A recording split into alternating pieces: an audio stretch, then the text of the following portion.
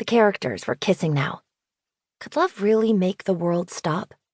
Why did it make every female character feel alive? Wasn't she alive before she met him?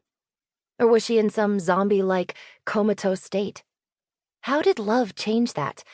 And more importantly, why couldn't I seem to get enough of this unrealistic crap? My thoughts were interrupted when the two girls in front of me caught my attention. One was pointing to the door. The other was straightening the collar of her shirt while fluffing out her hair. That could only mean one thing. Brett Wells walked into class the same way the sun pours in through a window, slow and captivating. Time seemed to stop as he smiled at the teacher and made his way to the desk in front of mine.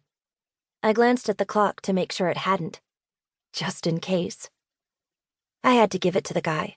I think he may be the one person who could blur the lines between reality and fiction. With that head of hair that was a little more gold than brown, effortless smile, and altogether unwavering perfection, it was easy to lose yourself in his bright blue eyes. He could have walked out of the pages of a book and materialized in front of me. It was no wonder half the student body was in love with him. Even the teachers weren't immune. I think Miss Copper was blushing. Yuck.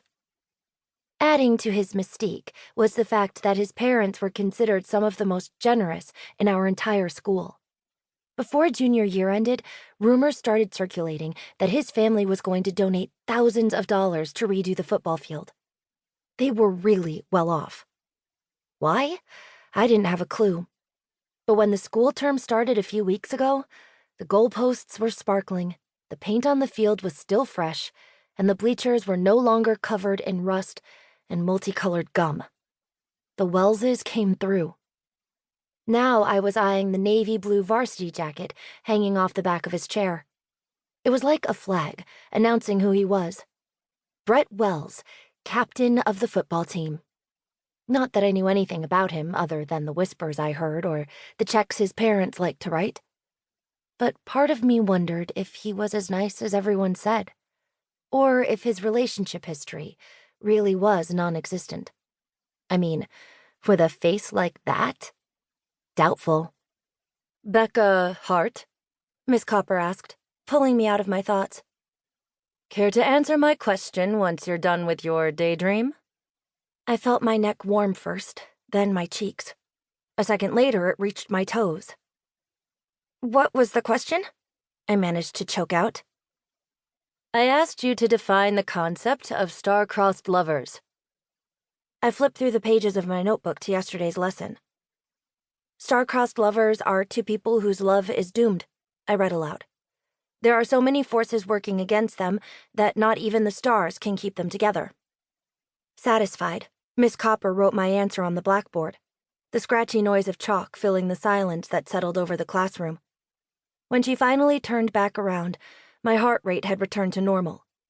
Until she said, "And do you think it was worth it? For Romeo and Juliet to fight for each other, knowing their love was doomed?" I usually preferred not to speak out in class, but when the topic was about love in literature, I had a bad habit of going off on cynical mini-rants. I shook my head. No, it wasn't worth it.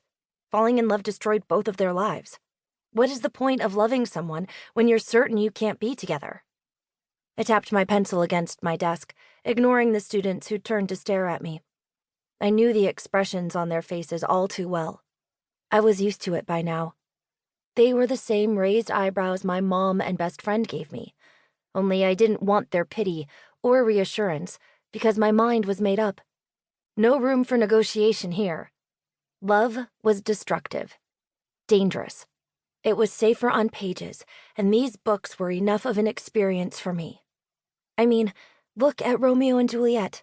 Was the play tragic? Sure.